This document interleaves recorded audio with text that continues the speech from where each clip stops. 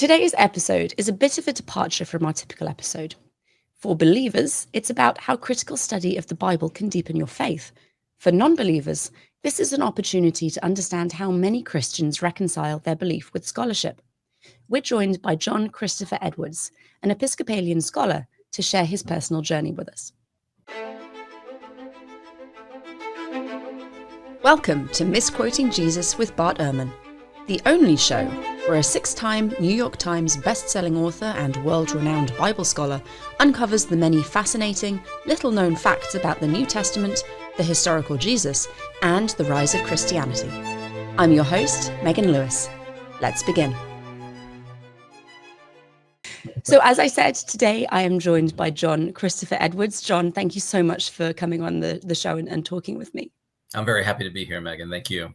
Of course. So for those who are not familiar with John, he is the Vice President of Academic Affairs for Undergraduate Education and Programs and the Academic Dean of Undergraduate Education at St. Francis College.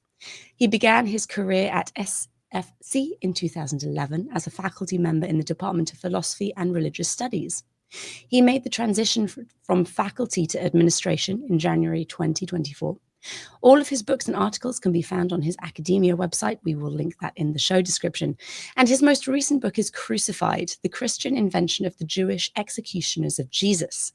John, again, we're so glad to have you here today. This conversation is really about bridging belief and critical study, which resonates very deeply with so many people navigating faith and scholarship. So I think this is really going to be a fantastic conversation.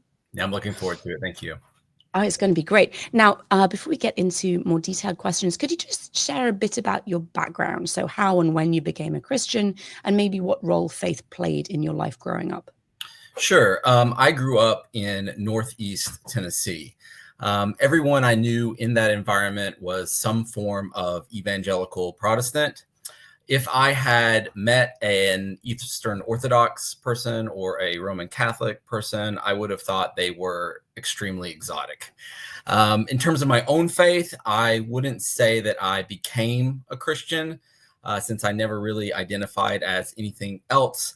But certainly there was a transitional time in my teen years when I made my parents' faith my own.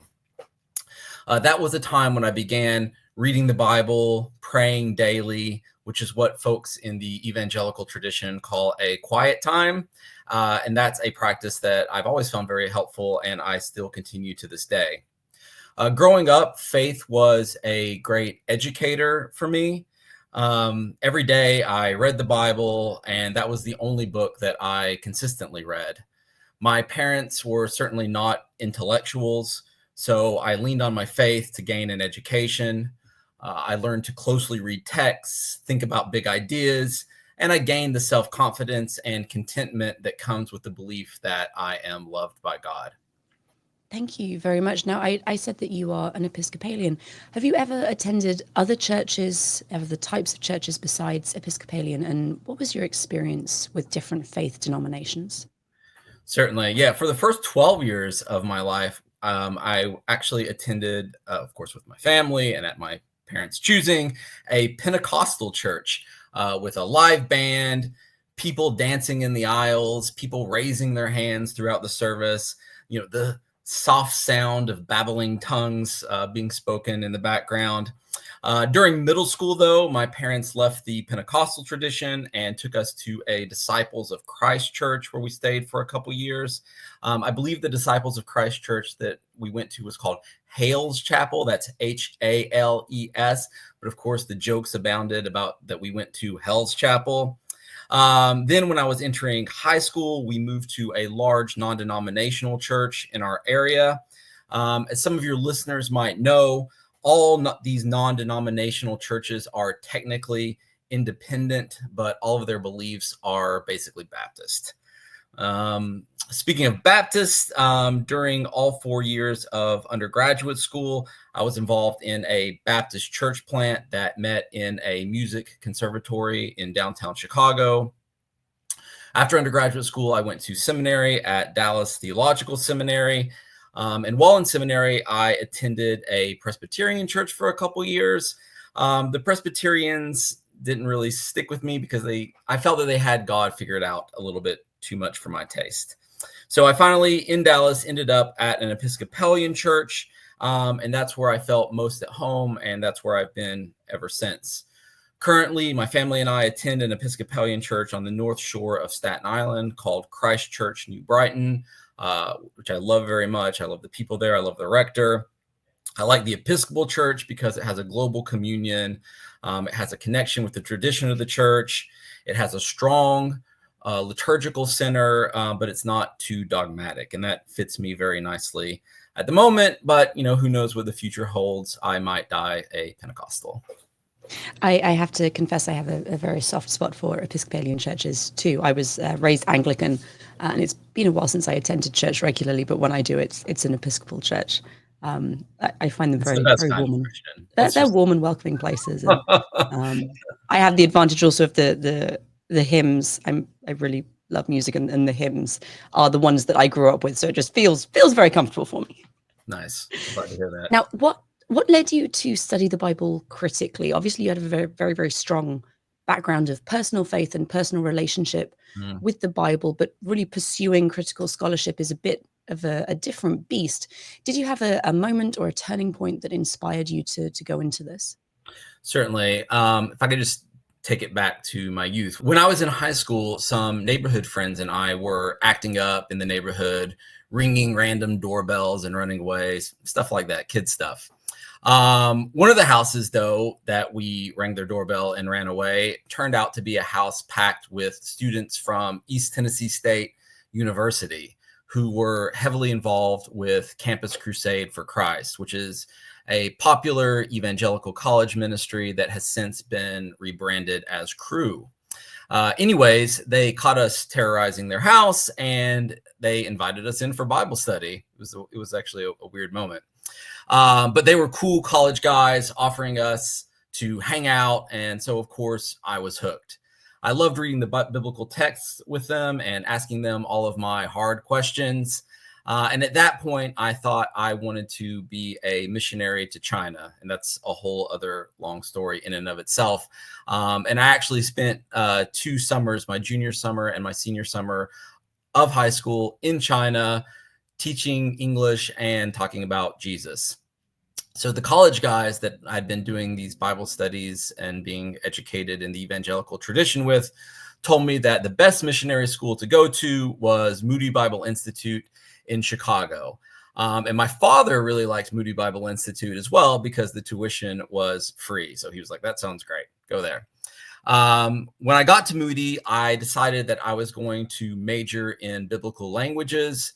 So I took a ton of Greek and a ton of Hebrew, and I loved all my classes where I had to write exegetical papers, scholarly papers on the ancient world. Eventually, my friends broke it to me and told me that I would be a terrible missionary. So I let that go, and I decided to pursue a career in biblical scholarship. I think at that point, I thought maybe I would end up teaching at a place like Moody one day, but of course, that never happened. So after Moody, what path did your academic career take? Where did you go next to continue your studies? So as I've already hinted at, after Moody, I went to Dallas Theological Seminary. I knew I needed to go to a seminary since if I wanted to eventually teach, the likelihood of getting a job in a seminary was much greater than getting one in a university. And seminaries often want their faculty to have been in seminary themselves. As to why Dallas Theological Seminary, well, in some senses, it was a natural next step after Moody Bible Institute, since they're both dispensational schools. But I mostly went because my really good friend from Moody had gone to Dallas the year before, and my wife's brother was already studying to be a minister at Dallas Seminary, so it just kind of felt like it made sense. During my last year at Dallas, it was posted on the wall outside the New Testament office that the University of St. Andrews in Scotland had a PhD studentship being offered, which included full tuition coverage and a living stipend. So I was like, great, I applied. And I was, of course, fortunate enough to get the award. I went to St. Andrews planning to study with a very famous New Testament scholar named Marcus Bachmuel, and the scholarship actually came with him. But right before I went to St. Andrews, he transferred to Oxford, but the money stayed at St. Andrews, so I stayed at St. Andrews. And I ended up working with a scholar named Grant McCaskill. I was actually his first PhD student, and I did my doctoral work with him studying the reception history of some biblical texts in the patristic period. So my scholarly training was Moody to Dallas to St. Andrews. I really love St Andrews. I have a lot of family up in Scotland, and St Andrews is a beautiful city, fantastic university. I'm a little bit jealous Yes, that it's you got to very study there. Yeah, for sure. Now, as I understand, Dallas Theological Seminary is a relatively conservative evangelical school.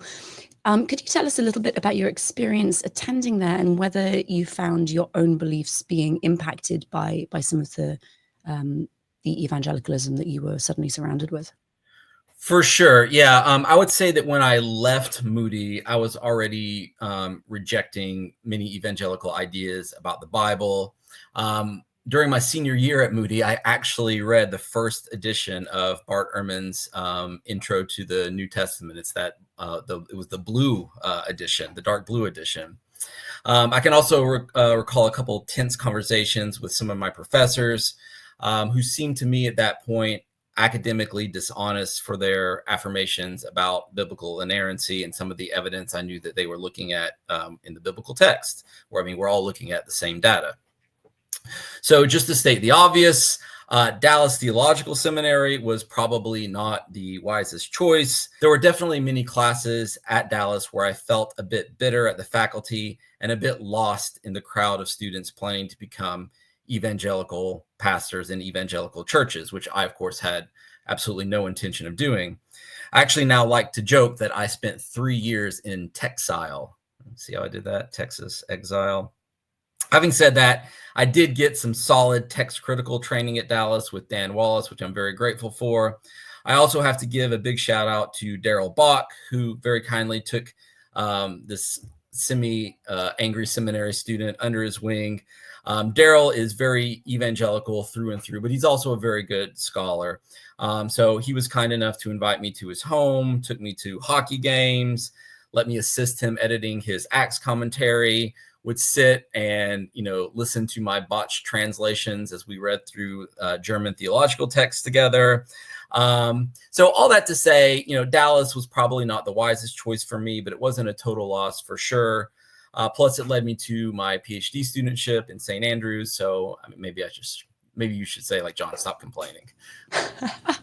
I think you can acknowledge that something had a positive eventual outcome and that you gained valuable experience from it, and also say that there were still things that were challenging for you. And I think definitely being surrounded by people with a very different theology, a very different outlook to you can be very isolating. For sure. I think exile is not a bad way of describing it. Now, do you have a particular academic field of expertise, or do you kind of do a little bit of everything? Probably more the latter. I mean, I can write semi-intelligently about most things from Jesus to Constantine. In terms of expertise, my dissertation had a particular focus on the Gospels of Mark and Matthew.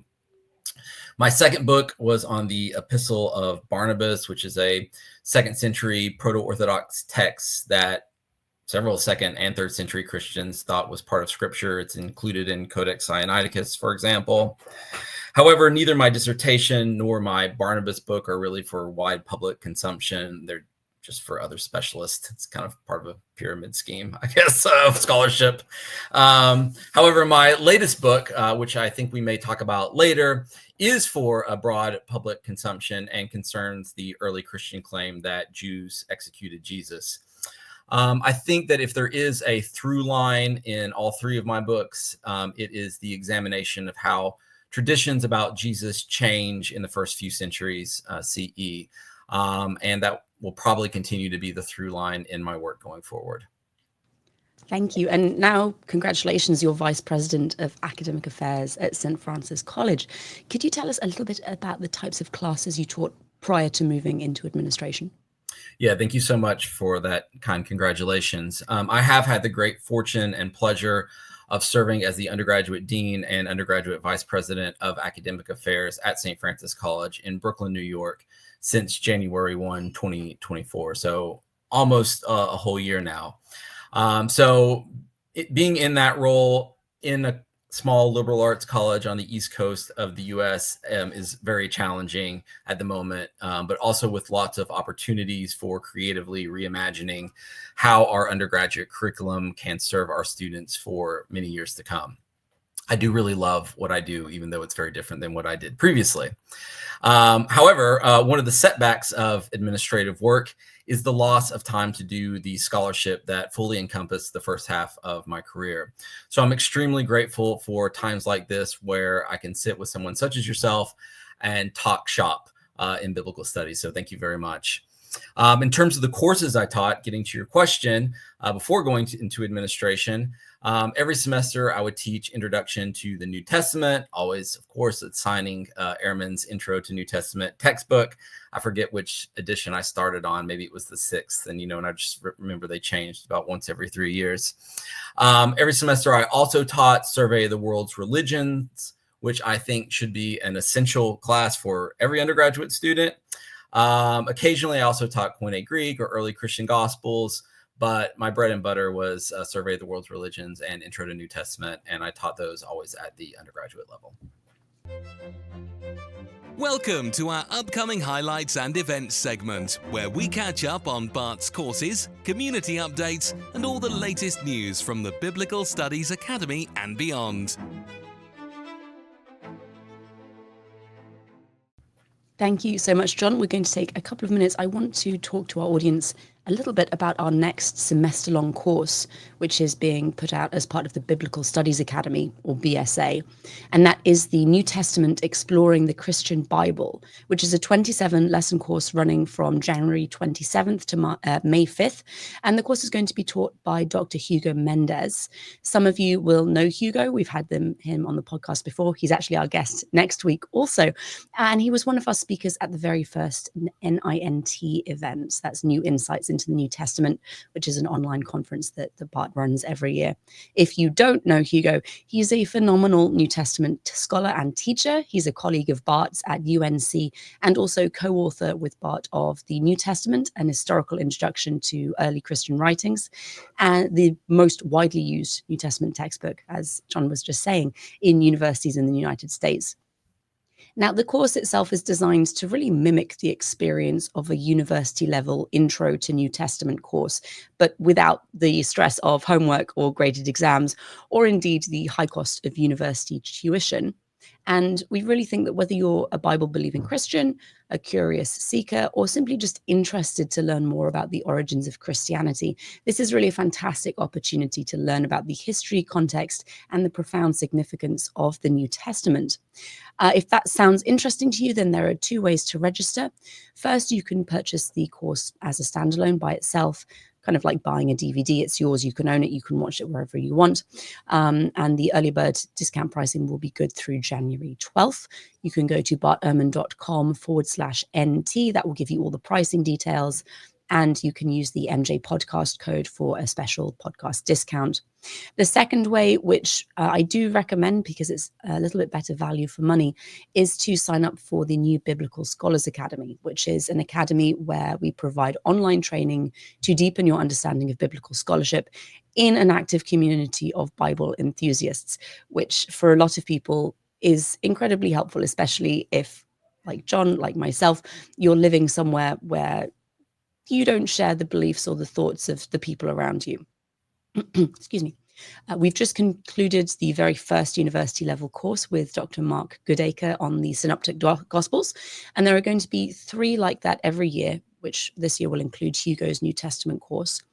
Membership to the Academy also includes Bart's monthly Spotlight series, several other courses, and fun community events like live watch parties, member mixers, and even live trivia events with prizes. And I have to say, I love a bit of trivia. If you're a Bible nerd and no one else seems to share your enthusiasm for biblical studies, BSA is definitely the place to be. With all the courses, we're estimating the total value of BSA would be $2,700 per year.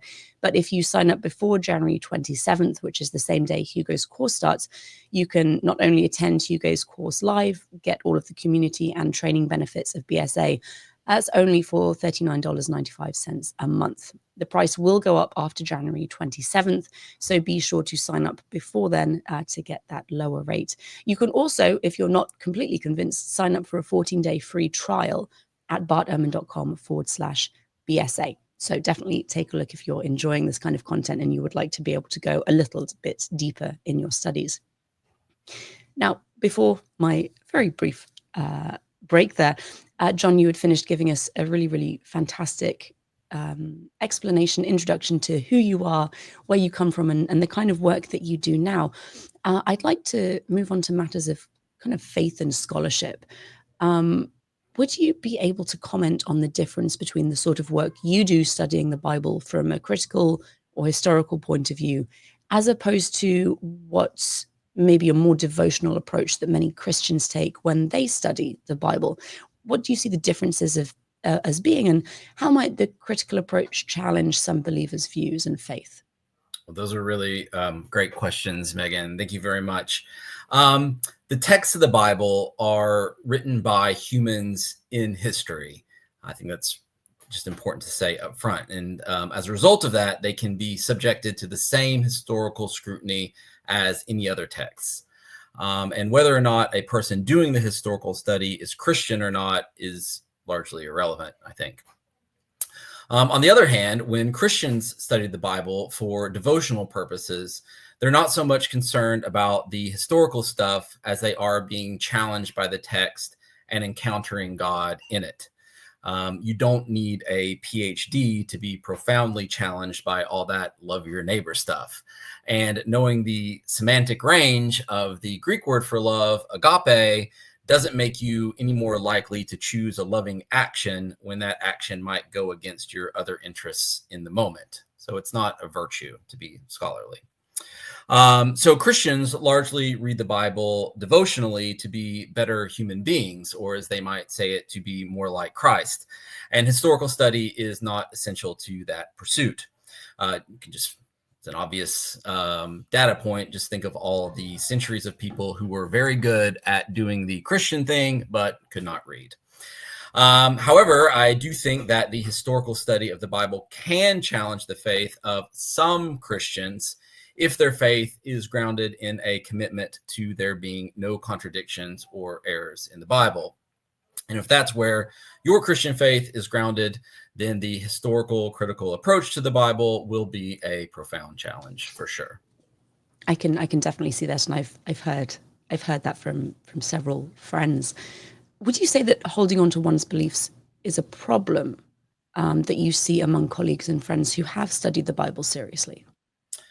No, I wouldn't actually. I would say that most people who study the Bible from a historical, critical perspective are also Christians. And I don't know if that will or will not be a surprise to your listeners, but I think it's to be expected since most people get into the academic study of the Bible because they originally had a personal interest in the subject. And that's certainly true for me as well, as I've stated previously. Honestly, I think the people who struggle are those who work in institutions with strong doctrinal statements about there being no errors in the Bible. For them, I can see how historical studies of certain topics could be very difficult and challenging, whether that's the historicity of the Exodus narrative, the authorship of certain New Testament books, or even moral topics like slavery. However, for academics fortunate enough to work at places where there are no such doctrinal statements about the Bible's inerrancy, I think most probably choose to remain in the Christian faith because they don't see anything contradictory between their faith commitments and the critical study of the Bible. But Bill quite frequently mentioned that he's definitely in the minority among biblical scholars, but also among his scholarly friendship group. He's an atheist, and everyone else is a Christian, which is I think at odds with some of the. maybe not propaganda, but what seems to be a widespread belief among more conservative evangelical Christians that if you go to college and study the Bible in a university setting, you will definitely lose your faith. So Yeah, I think it's you'll very probably interesting. find out that, your instructor in the university is, probably a Christian, just probably not the kind of Christian that you grew up with. Absolutely, I do think that's the key difference. So now we've established that biblical scholarship can challenge some believers' understandings if they're kind of reliant on this inerrant theological point. How have you personally reconciled your faith with what you've learned through critical study, or is it genuinely for you not being an issue? Yeah, well, as I've hinted, I long ago gave up on the idea that the Bible does not have errors. I also long ago gave up on the idea that the Bible is the absolute center to Christianity. Of course, Christianity is more about a person than a text. I think, I don't know if it was in his book on Christianity, the first 3,000 years, or the BBC documentary that spun off of it. But I remember I heard Dermot McCullough very helpfully describe Christianity as a personality cult. So it really centers around a person, right? Jesus is the revelation of God, the true word of God. And for Christians, of course, he's still around. And Christianity asserts that the Bible points to Jesus, but the Bible itself is not perfect and it can be criticized. Believe it or not, I actually think that the Bible encourages us to criticize it. I think this every semester when I teach the Synoptic Gospels. One of the more certain findings of critical scholarship about the Synoptic Gospels is that Mark is the source for Matthew, which means that you can see all the places where Matthew believes Mark is wanting by the changes he makes. And of course, many of your listeners will know we call this redaction criticism when you examine how different authors make these changes. So the fact that Matthew's making changes to Mark shows that Matthew does not believe Mark is some divine text that can't be criticized. He thinks it needs improvement and correction. And if your listeners would like a specific example, I think a great one is when a man comes to Jesus in Mark's gospel and he says to Jesus, "Good teacher, what must I do to inherit eternal life?" And Jesus says, "Why do you call me good? No one is good but the one God." And Matthew, who receives that text from Mark, doesn't like how Mark has stated that, because Matthew thinks that it makes Jesus a bit too much lesser than God. So Matthew moves the adjective good off of Jesus and places it on the deed. So in Matthew, the man approaches Jesus and does not call him good teacher, but rather says, "Teacher, what good deed must I do?" So for Matthew, that's more what he would think of as orthodox, and it's more importantly, it's a correction to Mark. So that's what I mean when I say that the Bible is inviting us to criticize it when it criticizes itself. I think that when we struggle with the biblical text in the same way that Matthew struggles with Mark, that's part of our faith journey. I think that's a really fantastic way of putting it. Thank you. What role would you say that faith has in your life now? I would say that faith is absolutely central. And most of that is because I need it to be. I need those daily quiet times that I first started practicing as a teenager. I still need them to center myself, to check in with God, to escape the rat race. I do live in New York, and it does feel like a rat race many times. I need to be reminded to strive for love, joy, peace, patience, kindness, goodness, faithfulness, gentleness, and self-control. Outside of my religious tradition, there are not lots of mechanisms to be reminded of those things. I need to be reminded of my own smallness, and that my life is most fulfilling when I am most in tune with my faith. I also find that I need to go to church. I need to receive the Eucharist. I need to bond with and be challenged by others who have the same faith commitment. And I find that Christian faith is the vehicle through which I am the best version of myself. And for me, at least, it doesn't work if I don't believe it. Thank you. Now, we've heard about your views on the Christian text and your own personal faith position. Something that we hear Christians grappling with quite a lot is the idea of biblical inspiration, which is obviously bound up with this idea of inerrancy. What is your take? What are your views on biblical inspiration?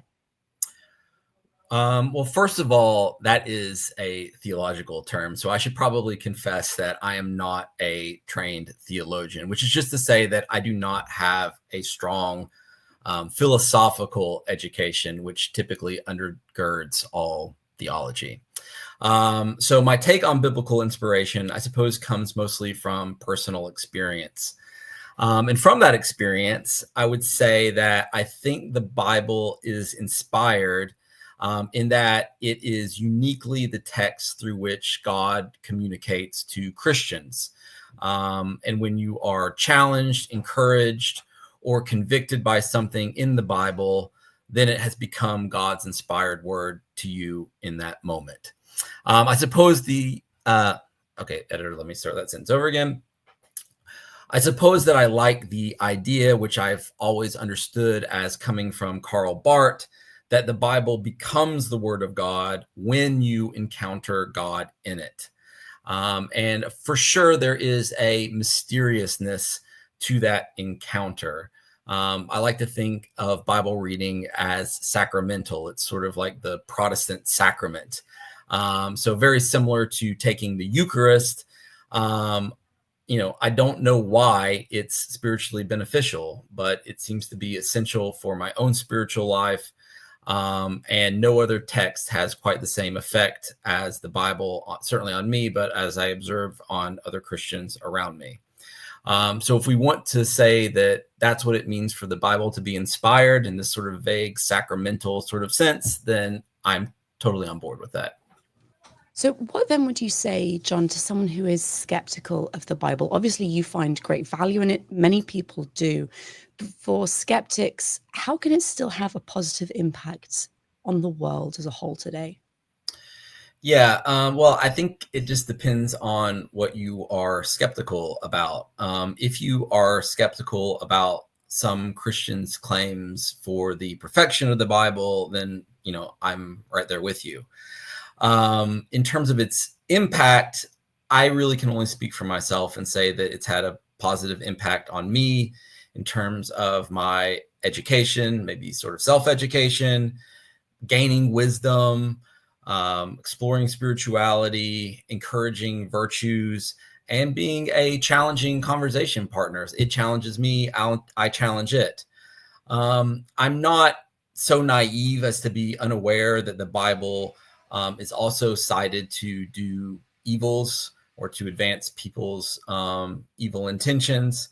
But I think that while using the Bible to advance evil is possible, I suppose getting back to the previous question, I wouldn't call such uses of the Bible inspired, right? They're not the Bible as the word of God, since they don't advance faith or lead to acts of love or reconciliation. Thank you so much. What for you has been the biggest challenge in balancing your faith and scholarship? And what then also has been your greatest reward? Well, certainly early in my academic life as an undergraduate student, I struggled to unlearn some of the notions about the perfection of the Bible that I had taken on as a younger person. And I'm thankful, very thankful to critical scholarship that helped me to do that, to unlearn those things. In terms of reward, I'm pleased to say that having plunged the depths of critical scholarship for the past 25 years or so, I can report that I've not found any smoking gun proving that all this Christianity stuff is easily disproved. Nothing showing that Jesus wasn't a historical figure or wasn't crucified or wasn't believed to have been resurrected by his earliest followers. So there's a degree of comfort gained by being a scholar of early Christianity, being fully aware of the full range of historical discussions about the origin of the faith, and not really being bothered by any of them. And I think that makes me or anyone else with my background a guide for those who might not have time to get a PhD and are looking for some authority to tell them that they are not absolutely nuts for wanting to follow Jesus. And I hope honestly, I hope that's an encouragement to some people listening to this podcast or watching this YouTube video. And I don't want to make it sound like I sit on a mountaintop, by myself. For sure, I need encouraging voices too. And from time to time, I like to watch my own video on YouTube, anything really with Rowan Williams, who is a great Anglican, Episcopalian, whatever you want to call it, scholar, theologian, and he's always a challenging and comfort to me as an authority. So, thank you very much for sharing that. Now, turning to your book, this is a critical look at a very familiar story in the Gospels. Could you tell us a bit more about Crucified, the Christian invention of the Jewish executioners of Jesus? Sure. Yes. Very, very briefly, of course, and available on Amazon. So anyone who has ever seen a Jesus movie or an Easter play will, of course, envision the crucifixion with a man being fixed to a beam by Roman soldiers. That is, men donning a metal helmet with a red crest and perhaps also a red cape. This vision matches the well-founded scholarly consensus about what actually happened to Jesus of Nazareth, that he was indeed crucified by Roman soldiers. It also matches our earliest two narrations of Jesus' crucifixion in the Gospels of Mark and Matthew, each of which depicts Jesus' execution at the hands of Roman soldiers under the direction of Pontius Pilate. However, beginning with the Gospel of Luke, Christians began to accuse Jews of executing Jesus. Following Luke's lead, 2nd and 3rd century retellings of the crucifixion almost uniformly depict Jews as Jesus's executioners. In fact, we can reasonably assert that a narration of Jesus's execution at the hands of Jews became standard across the Roman Empire within 100 to 150 years of Jesus's death. What's worse is that most ancient Christians who accuse the Jews of killing Jesus were not interested in blaming a handful of malevolent Jews of executing Jesus in Jerusalem around the year 30 CE. Rather, they were interested in blaming the execution on Jews of all ages.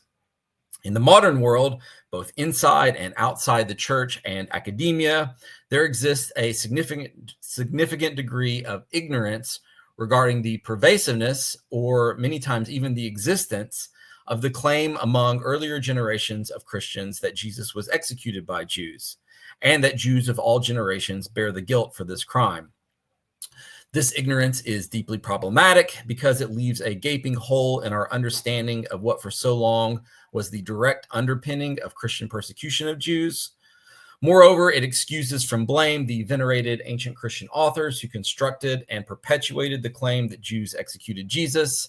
So the purpose of my book is to put an end to this ignorance.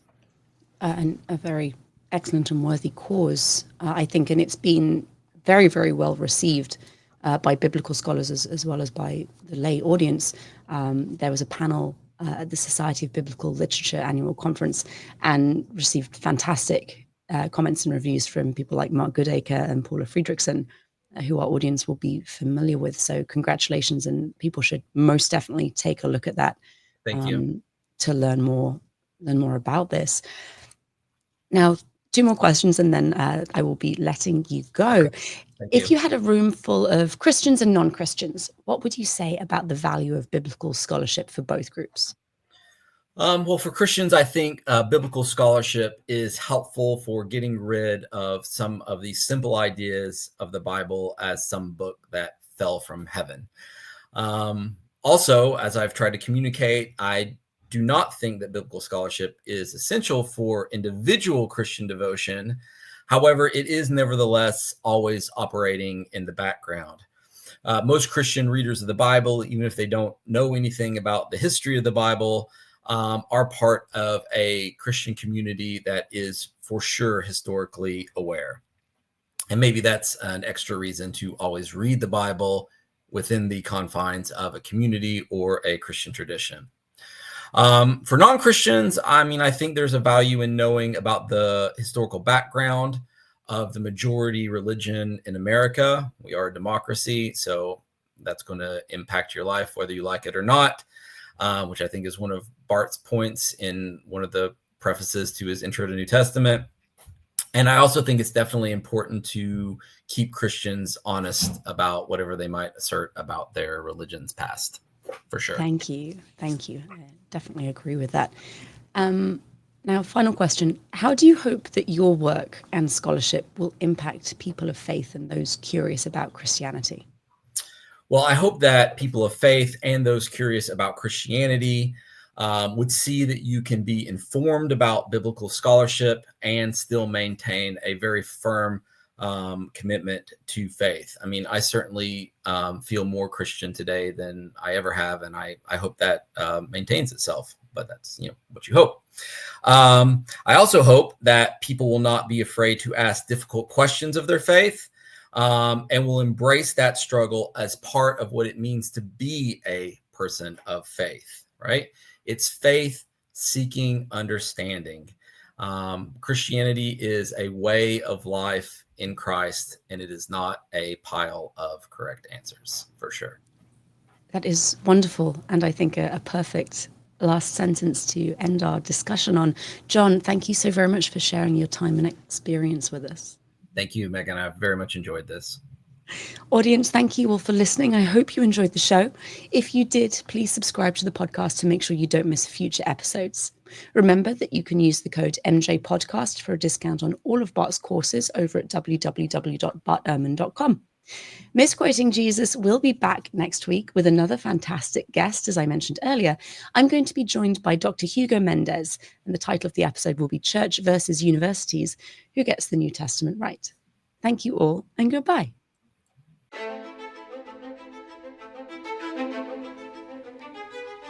This has been an episode of Misquoting Jesus with Bart Ehrman. We'll be back with a new episode next Tuesday, so please be sure to subscribe to our show for free on your favourite podcast listening app or on Bart Ehrman's YouTube channel so you don't miss out. From Bart Ehrman and myself, Megan Lewis, thank you for joining us.